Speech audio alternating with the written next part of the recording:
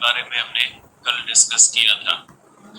आज हम डिस्कस करेंगे बेटा motion of bodies connected by string, कि जब कोई भी बॉडीज जो होती है वो स्ट्रिंग के साथ कनेक्टेड होती है तो उनकी एक्सीलेशंस वगैरह क्या होती है, या उनकी एक्सीलेशंस वगैरह को किस तरह से हम कैलकुलेट कर सकते हैं, तो इसके बारे में हम डिस्कस करेंगे बेटा।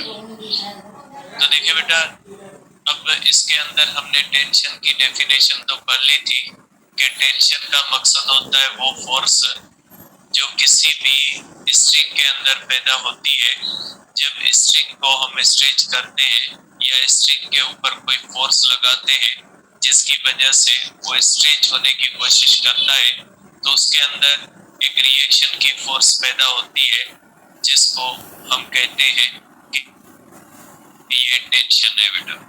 ठीक है, अब इसके मुख्तलिफ जो है वो केसेस होते हैं, उसको हम डिस्कस करेंगे। उसके बाद जो इसके ऊपर क्वेश्चंस होते हैं उनको किस तरह से डील किया जाता है उनको भी देखेंगे बेटा। तो देखिए बेटा, इस तरह से आज हम डिस्कस करते हैं बेटा कनेक्टेड मोशन। इसको हम कहते हैं कनेक्टेड मोशन।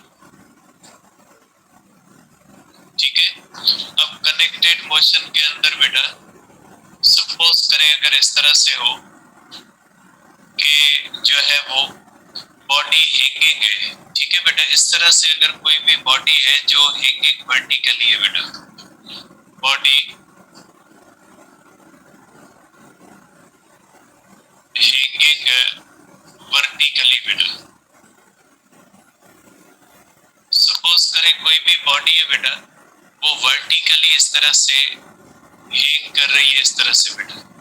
सपोज करें ये हमारे पास एक स्ट्रिंग है और इस स्ट्रिंग के अंदर बेटा इस तरह से कोई भी हमने मास एम सस्पेंड किया हुआ है बेटा। ठीक है, जब ये मास इस तरह से सस्पेंड करते हैं बेटा तो ये इसका वेट इसको डाउनवर्ड लगता है और वेट की वजह से इस स्ट्रिंग के अंदर एक स्ट्रेचनेस पैदा होती है जिसको हम कहते हैं टेंशन बेटा। अब इस कंडीशन के अंदर जब कोई भी बॉडी इस तरह से हैंगिंग पोजीशन के अंदर है तो इस कंडीशन के अंदर वेट और टेंशन बराबर होते हैं। तो बेटा वेट और टेंशन एक दूसरे के इक्वल होते हैं जब कोई भी बॉडी इस तरह से किसी भी स्ट्रिंग के साथ अटैच है और वो हैंगिंग वर्टिकल पोजीशन के अंदर है। तो इस कंडीशन के अंदर कहेंगे कि अगर बॉडी स्टेशनरी है, इफ बॉडी इज स्टेशनरी, अगर बॉडी स्टेशनरी है और body is moving up down with uniform velocity. बेटा अगर ये यूनिफॉर्म वेलोसिटी से ऊपर अगर आप इसको ले जाएं या यूनिफॉर्म वेलोसिटी से इसको सपोज करें इस तरह से, ये सपोज करें कि बॉडी हैंगिंग वर्टिकली इस तरह से और इसके ऊपर अगर कोई भी बॉडी अपवर्ड मूव कर रही है या कोई भी बॉडी इस तरह से डाउनवर्ड मूव कर रही है विद यूनिफॉर्म वेलोसिटी। अगर इसकी वेलोसिटी अपवर्ड है या इसकी वेलोसिटी जो है बेटा डाउनवर्ड है और ये यूनिफॉर्म वेलोसिटी और इसके अंदर वेलोसिटी 0 है बेटा, तो इस कंडीशन के अंदर बेटा जो वेट होता है उसकी वजह से जो टेंशन पैदा होता है, ठीक है ना, वो वेट के बराबर होता है। ठीक है, इस कंडीशन के अंदर वेट और टेंशन बराबर होते हैं जब कोई भी बॉडी स्ट्रिंग के साथ अटैच हो और वो स्टेशनरी हो या वो स्ट्रिंग अपवर्ड मूव कर रहा हो या वो स्ट्रिंग डाउनवर्ड मूव कर रहा हो, तो उस कंडीशन के अंदर हम कहेंगे कि इसके अंदर वेट बराबर होता है टेंशन के। तो आप कह सकते हैं कि weight is equal to tension.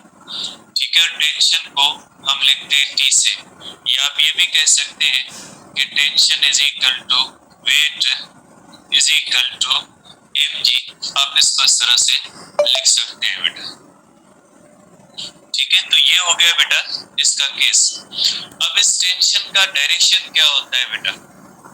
देखिए बेटा, टेंशन का कोई फिक्स डायरेक्शन हम नहीं कर सकते कि आप ये नहीं कह सकते कि ये टेंशन का डायरेक्शन अपवर्ड है या टेंशन का डायरेक्शन डाउनवर्ड है।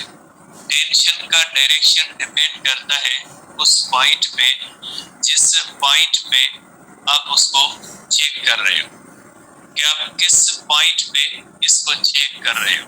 तो ये पॉइंट पे डिपेंड करता है कि डायरेक्शन ऑफ टेंशन जो होता है वो डिपेंड करता है, पॉइंट टू पॉइंट चेंज होता है। देखिए बेटा, अगर आप अपने दोनों हाथों के अंदर कोई धागा लेके या रस्सी लेके इस तरह से खींचेंगे बेटा, जब आप इस तरह से खींचोगे तो इस फिंगर के ऊपर फोर्स आपको इस तरफ लगेगी और इस फिंगर के ऊपर फोर्स इस तरफ लगेगी।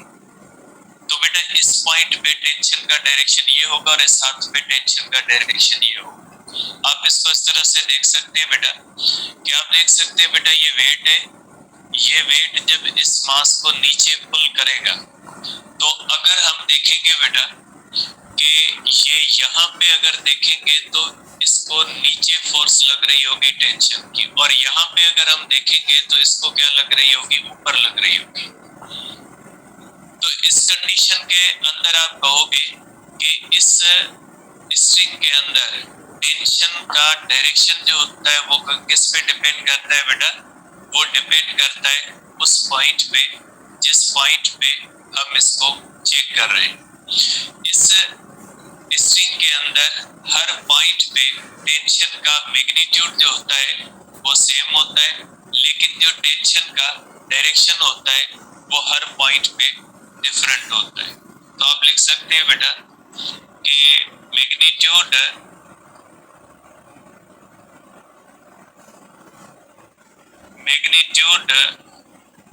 of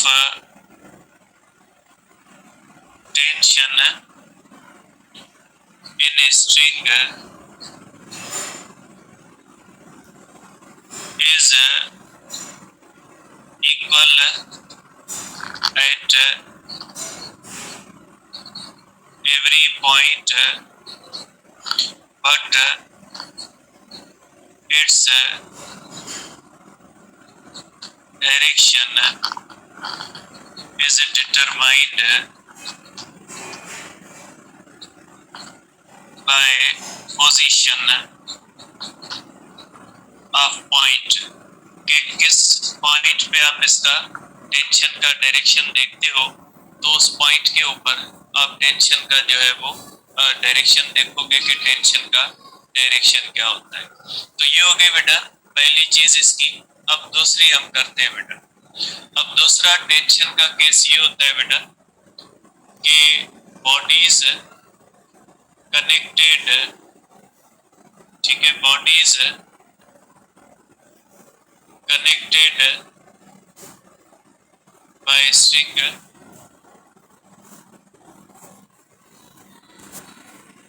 hanging vertically.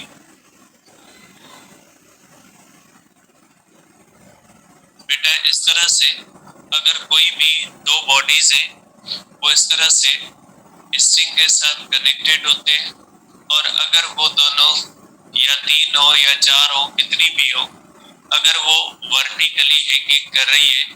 अब इसके अंदर ये जो केस होता है वो इस तरह से पुली वाला केस होता है कि अगर हम इस तरह से देखें कि एक पुली है, उस पुली के ऊपर से हम स्ट्रिंग जो होता है वो पास करवाते हैं और उसके अंदर बॉडीज को वर्टिकली हैंगिंग करने की जो है वो पोजीशन में हम छोड़ते हैं, तो उसके अंदर क्या होता है बेटा? तो आप इसको इस तरह से देख सकते हैं बेटा कि सपोज करें बेटा कि हमारे पास इस तरह से एक पुली है बेटा, इस तरह से हमारे पास बेटा एक इस तरह से पुली होती है, ठीक है बेटा, एक इस तरह से पुली होती है और उससे एक स्ट्रिंग इस तरह से पास हो रहा है बेटा। अब इसके अंदर हम दो मासेस कनेक्ट करते हैं बेटा। इस तरह से सपोज करें कि हम दो मासेस इस तरह से इसके साथ कनेक्ट करते हैं बेटा। अब इसकी बेटा एक तो अजम्पशंस होती है। एक अजम्पशन ये होती है कि ये पुल्ली जो होती है ये वेटलेस है और फ्रिक्शनलेस होनी चाहिए। इसके अंदर आप कह सकते हैं कि ये जो पुल्ली होती है बेटा इज वेटलेस और फ्रिक्शनलेस है बेटा। वेटलेस एंड फ्रिक्शनलेस है बेटा। ये पुल्ली वेटलेस भी है और फ्रिक्शनलेस भी है। और दूसरी बात बेटा कि इसके अंदर एक मास m1 होता है और दूसरा मास m2 होता है। अब किस मास को m1 कहा जाता है और किस मास को m2 कहा जाता है? तो बेटा इसके अंदर याद रखिएगा कि जो हेवी मास होता है वो m1 कहलाएगा और जो लाइट ऑब्जेक्ट होता है जिसका मास कम होता है उसको हम m2 कहते हैं। तो आप इसके अंदर कह सकते हैं बेटा कि m1 जो होगा हेवी मास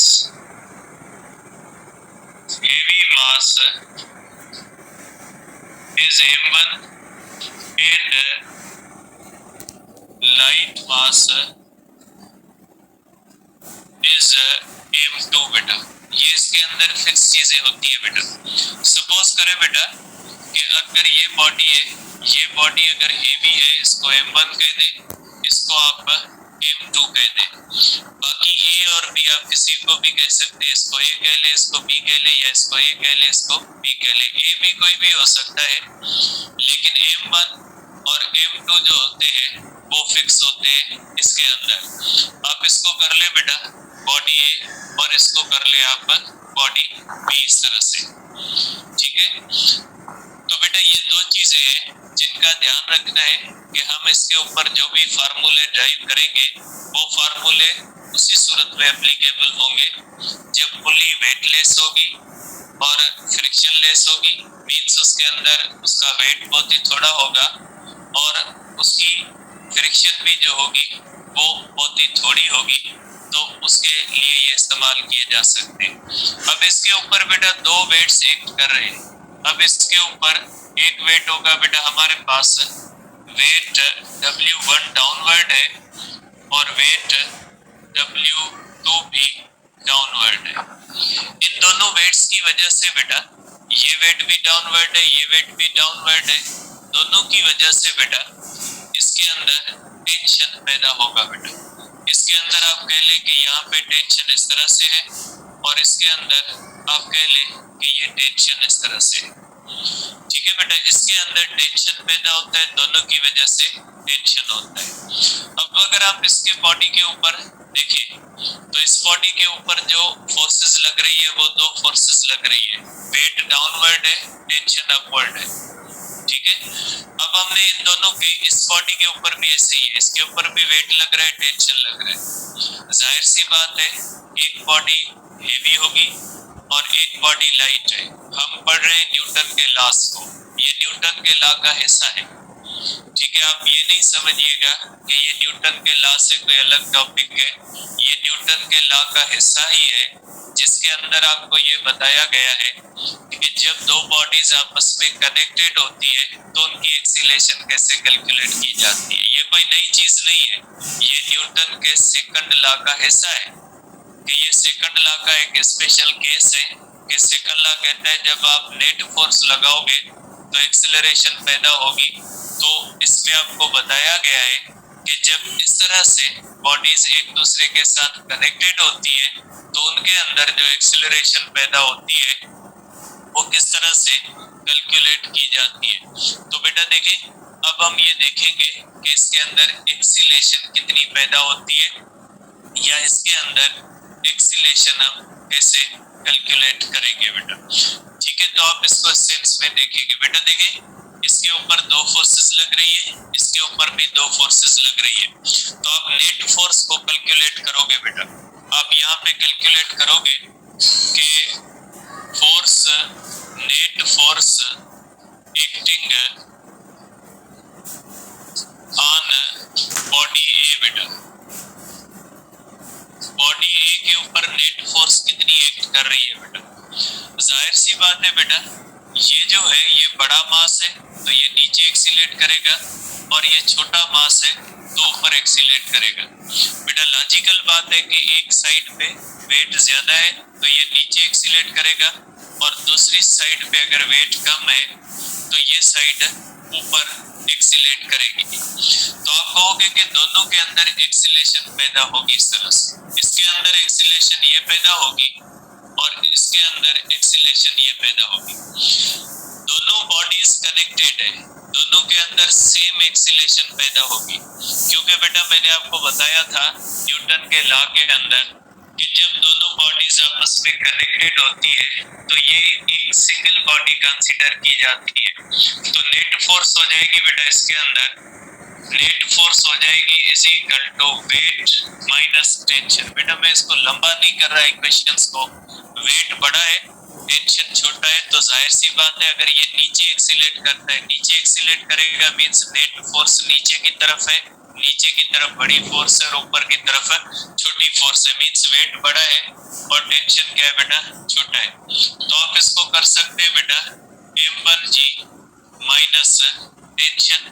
तो ये हो गया बेटा आपके पास नेट फोर्स जो होती है बेटा वो हो जाएगी m1a is equal to m1g minus tension.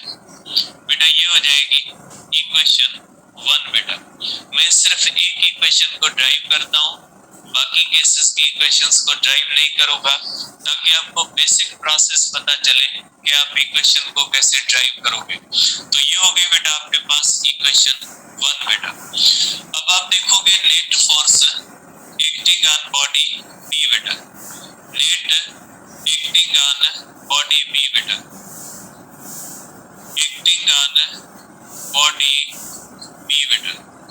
इस तरह से अगर बॉडी बी के ऊपर नेट फोर्स एक्ट करोगे बेटा, कैलकुलेट करोगे तो नेट फोर्स बॉडी बी के ऊपर हो जाएगी बेटा, ये अगर नीचे एक्सीलेट करेगी तो ये ऊपर एक्सीलेट करेगी बेटा, और इन दोनों की एक्सीलेशंस क्या होंगी सेम, क्योंकि कनेक्टेड है। ये ऊपर एक्सीलेट करेगी तो इसका मकसद है टेंशन बड़ा है और वेट छोटा है। टेंशन इसलिए बड़ा है बेटा, यहाँ पे मैं लिख लेता हूँ कि एक्सीलेशन अपवर्ड है, टेंशन ग्रेटर देन वेट 2 होता है, और इस कंडीशन के अंदर टेंशन लेस देन वेट बेटा 1 होता है। ठीक है, इसके अंदर टेंशन कम है, और इन दोनों के अंदर एक्सीलेशन जो होती है, acceleration is same in both bodies बेटा। दोनों बॉडीज के अंदर एक्सीलेशन जो होती है वो सेम होती है। तो आप इसके बारे में बेटा लिख सकते हैं कि is equal to m2a is equal to tension minus m2g, ये हो जाएगी इक्वेशन आपकी 2 बेटा। अब इन दोनों इक्वेशंस को अगर ऐड करेंगे, एडिंग इक्वेशन 1 एंड इक्वेशन 2 बेटा, सिर्फ मैं इसी केस का इसको ड्राइव कर रहा हूँ, बाकी केसेस के जो है वो या प्रॉब्लम्स के अंदर भी सेम जो है वो प्रोसेस लगता है कि एक्सीलेशन को कैसे कैलकुलेट करोगे और टेंशन को कैसे कैलकुलेट करोगे, सेम मैकेनिज्म हर जगह पे इस्तेमाल होता है। तो ये हो जाएगा बेटा आपके पास m1a प्लस हो जाएगा आपके पास m2a इज इक्वल टू आपके पास हो जाएगा m1g माइनस टेंशन प्लस हो जाएगा आपके पास टेंशन माइनस m2g बेटा। ये कैंसिल हो गया, यहाँ से आएगा एक्सीलेशन कॉमन और यहाँ से आ जाएगा बेटा m1 minus m2 into g common आएगा, और इस साइड का जो m1 प्लस m2 होगा ये नीचे चला जाएगा। ठीक है, तो ये आ गया आपके पास बेटा एक्सीलेशन का फार्मूला कि आप एक्सीलेशन कैसे कैलकुलेट करेंगे बेटा। दोनों के अंदर जो एक्सीलेशन होती है वो सेम होती है, आप दोनों की सेम एक्सीलेशन को कैलकुलेट कर सकते हैं।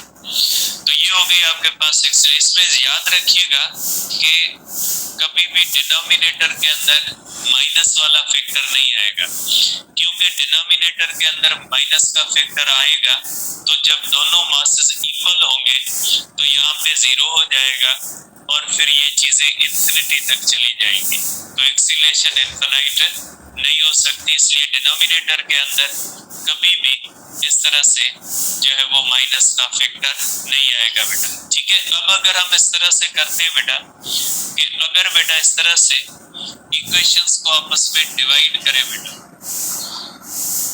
अगर आप बेटा इस तरह से करें कि डिवाइडिंग इक्वेशन 1 एंड इक्वेशन 2 बेटा अगर डिवाइड करें तो आपको पता है बेटा इक्वेशन 1 होती है m1a और इक्वेशन 2 होती है बेटा m2a।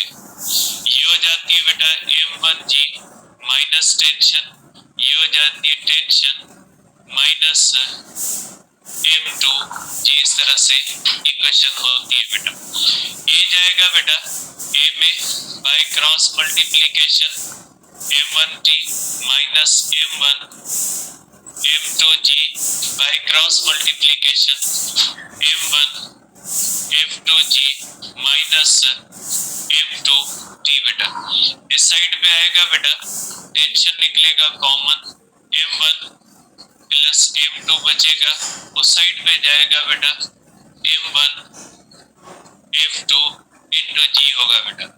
मैंने ये साइड को इस साइड पे ले आओगे प्लस होगा और टेंशन को कॉमन निकाल लिया बेटा, तो टेंशन हमारे पास हो जाएगा बेटा is equal to 2 m1 m2 into G upon आप कर सकते हैं m1 प्लस m2 बेटा। देखिए इसमें भी डिनोमिनेटर के अंदर निगेटिव फैक्टर नहीं आया, इसके अंदर भी आप देख सकते हैं कि बेटा डिनोमिनेटर के अंदर कोई भी इस तरह से निगेटिव के अंदर फैक्टर नहीं आता। तो ये हो गई बेटा आपके पास टेंशन की इक्वेशन बेटा।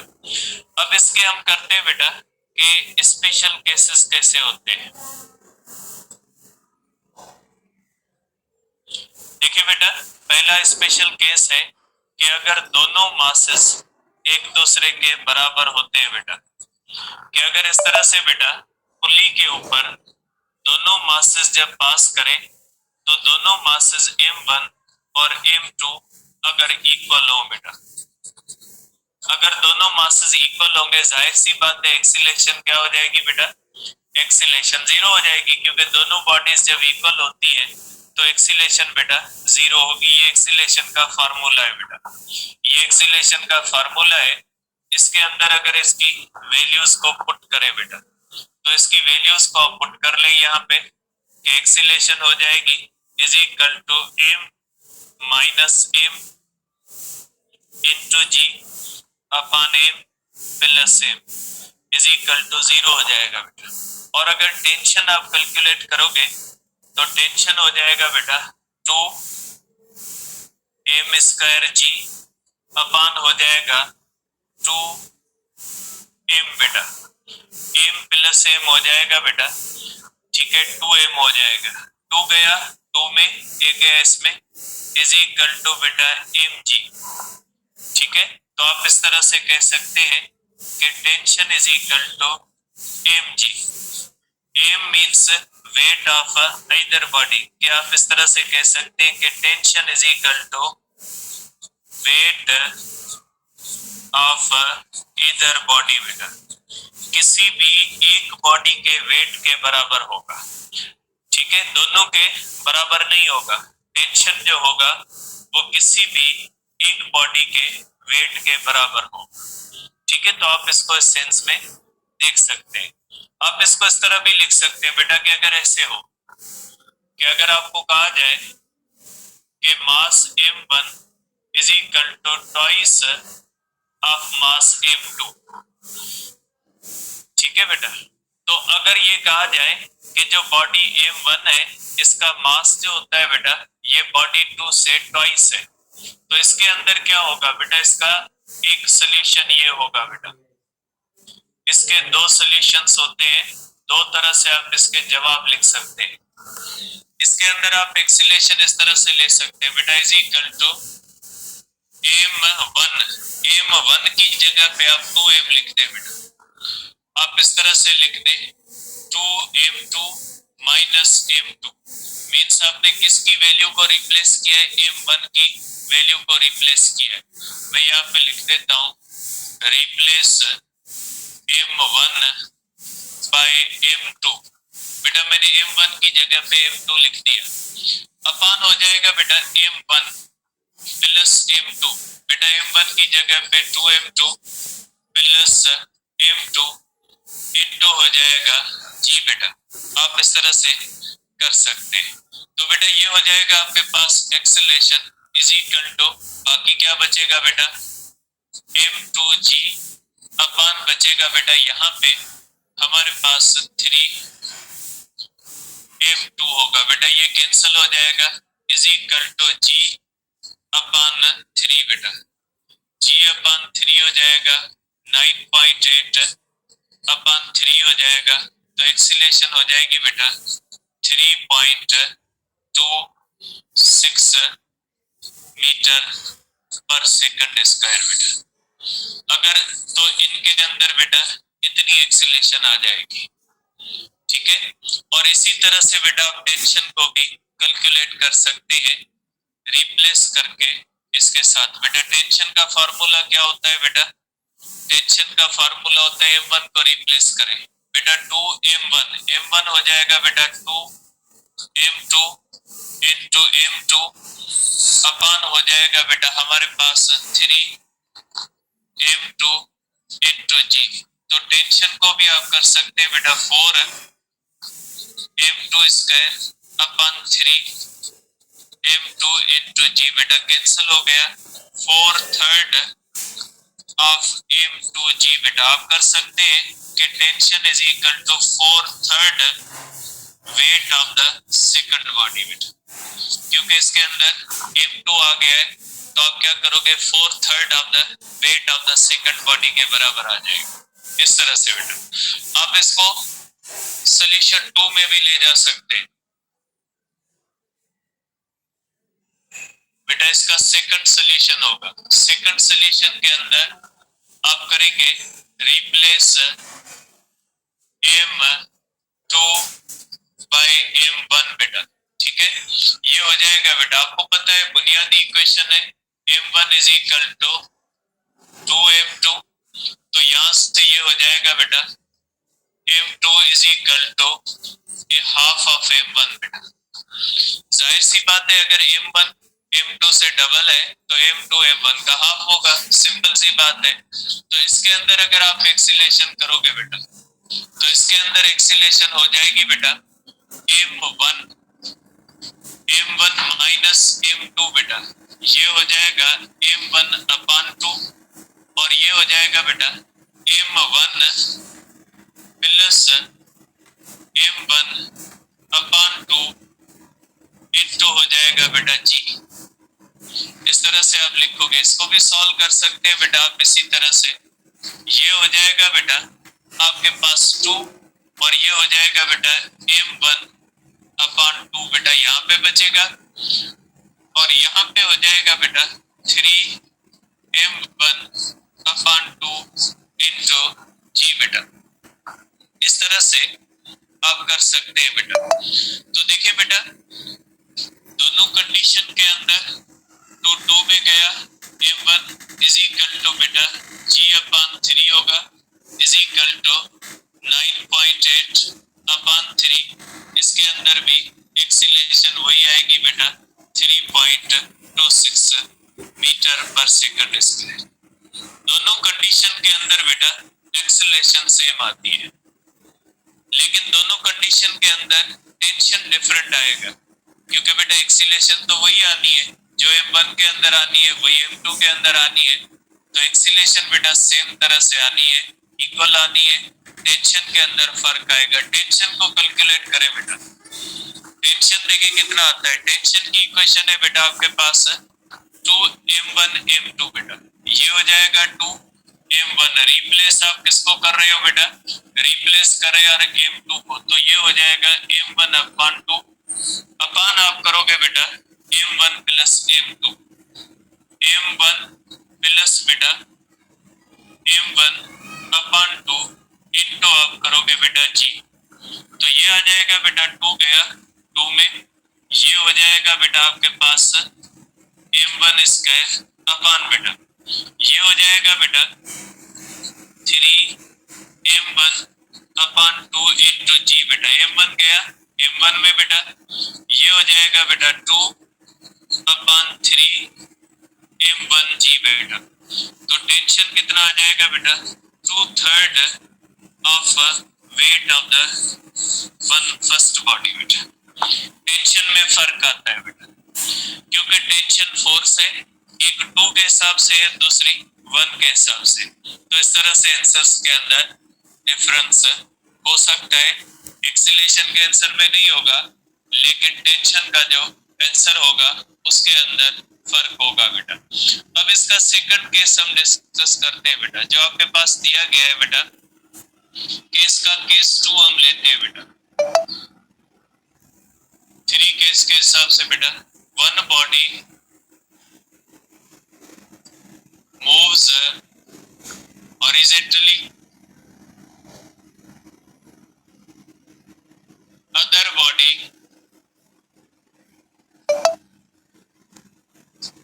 hangs vertically बेटा, अदर बॉडी जो है वो वर्टिकली हैंगिंग पोजीशन के अंदर है बेटा, ठीक है।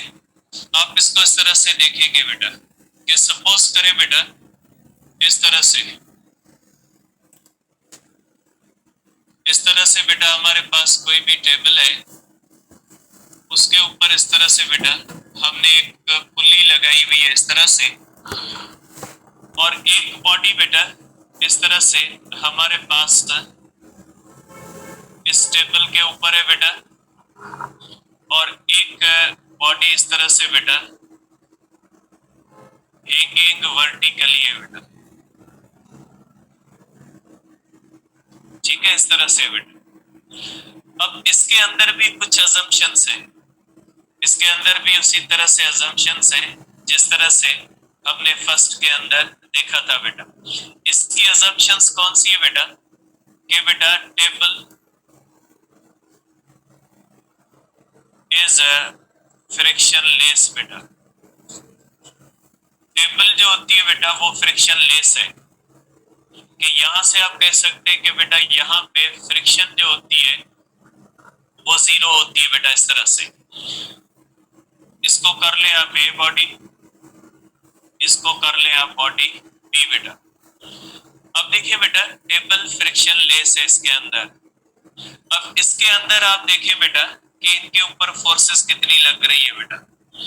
अब इसका जो मास करेंगे m1 करेंगे, और इसका मास जो हम करेंगे बेटा, इसका मास हम करेंगे m2। ये बात याद रखिएगा बेटा कि इसके अंदर जो बॉडी हैंगिंग होती है उसका मास m1 होता है, और जो बॉडी टेबल के ऊपर पड़ी होती है उसका मास हम m2 रखते हैं। ये चीज फिक्स है इसके अंदर, मैं लिख देता हूं इसके बाद बेटा, m1 is mass of hanging body and m2 is mass of body placed on table बेटा। जो टेबल के ऊपर बॉडी पड़ी है उसके मास को m2 कहते हैं। इसके ऊपर भी आप फोर्सेस ले ले बेटा, इसके अंदर ये वेट W1 होगा, और यहाँ पे बेटा टेंशन होगा। इसके ऊपर बेटा 3 फोर्सेस लग रही होंगी, वेट W2 होगा, और इसके ऊपर बेटा ये नॉर्मल रिएक्शन होगा, और ये इसके अंदर टेंशन लग रहा है। अब देखिए बेटा इसके ऊपर 3 फोर्सेस लगती है, नॉर्मल रिएक्शन और वेट एक दूसरे को कैंसिल कर देते हैं। इसके ऊपर सिर्फ और सिर्फ अकेली फोर्स लग रही है टेंशन की, नेट फोर्स हाई टेंशन के बराबर, और इसके ऊपर तो दो फोर्सेस एक दूसरे से अपोजिट लग रही है, तो बेटा किसी भी कंडीशन के अंदर ये बॉडीज रेस्ट में नहीं रह सकती। आप देख सकते हैं बेटा इस तरह से आप इसकी एक्सीलेशन कैलकुलेट कर सकते हैं बेटा। नेट फोर्स बेटा, net force on body A. बेटा बॉडी ए के ऊपर नेट फोर्स कितनी है बेटा? बॉडी ए के ऊपर नेट फोर्स आप कर सकते हैं बेटा कि फोर्स नेट बेटा is equal to W1 minus tension. ये ऑलवेज डाउनवर्ड ही मूव करेगी बेटा। मैं यहाँ पे लिख देता हूं बेटा, if friction is zero then bodies then body A will move downward बेटा। ऑलवेज कर दे बेटा। अगर फ्रिक्शन जीरो है तो बॉडी ए हमेशा ऑलवेज डाउनवर्ड होगी, क्योंकि बेटा इसको रोकने वाली कोई फोर्स है ही नहीं।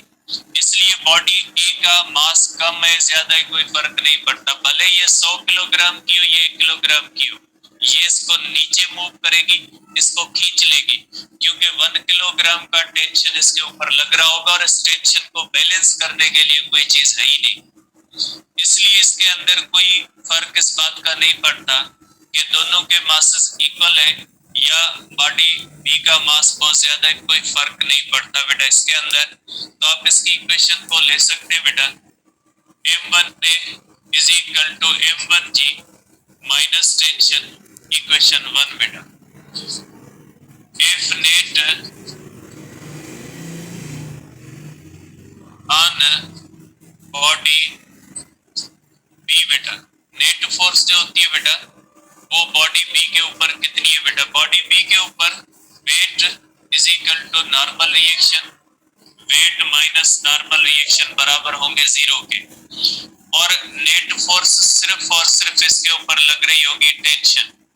आप इसको करोगे m2a is equal to tension, equation 2 इस तरह से। अब इन दोनों को उसी तरह से अगर सॉल्व करोगे तो बेटा ये आ जाएगा इसी तरह से हमारे पास ये इक्वेशन आ जाएगी बेटा कि एडिंग से दोनों को अगर ऐड करेंगे तो हमारे पास एक्सीलेशन की ये इक्वेशन आ जाएगी। एक्सीलेशन की इक्वेशन आ जाएगी बेटा m1g अपन आप कर सकते हैं बेटा m1 प्लस m2 बेटा, ये आ जाएगी इक्वेशन एक्सीलेशन। उसी तरह से दोनों इक्वेशंस को अगर आप ऐड करोगे, इस इक्वेशन को 1 को सेकंड इक्वेशन के साथ ऐड करोगे बेटा तो आपके पास आंसर आ जाएगा m1g अपन m1 प्लस m2। या आप इसको शॉर्ट फार्मूले में भी लिख सकते हैं कि wait of the first body upon m1 plus m2। बेटा मैंने आपको कहा था ना नेट फोर्स, इसके ऊपर नेट फोर्स जो लग रही है ना वो सिर्फ और सिर्फ वेट 1 की फोर्स लग रही है। तो आप देख सकते हैं बेटा यहाँ पे आ गए ना फोर्स नेट, एक्सीलेशन होती है force net over m1 plus m2। तो इस तरह से आ जाए बेटा, देखिए तो ये आ रही है इस तरह से। तो ये जो होता है बेटा आप कर सकते हैं कि ये नेट फोर्स का फार्मूला इस तरह से। तो ये इसके ऊपर ओनली फोर्स, क्योंकि वर्टिकल फोर्स है, एक्सीलेशन वर्टिकल फोर्स दे रही है, इसको कोई भी रोकने वाली फोर्स नहीं है।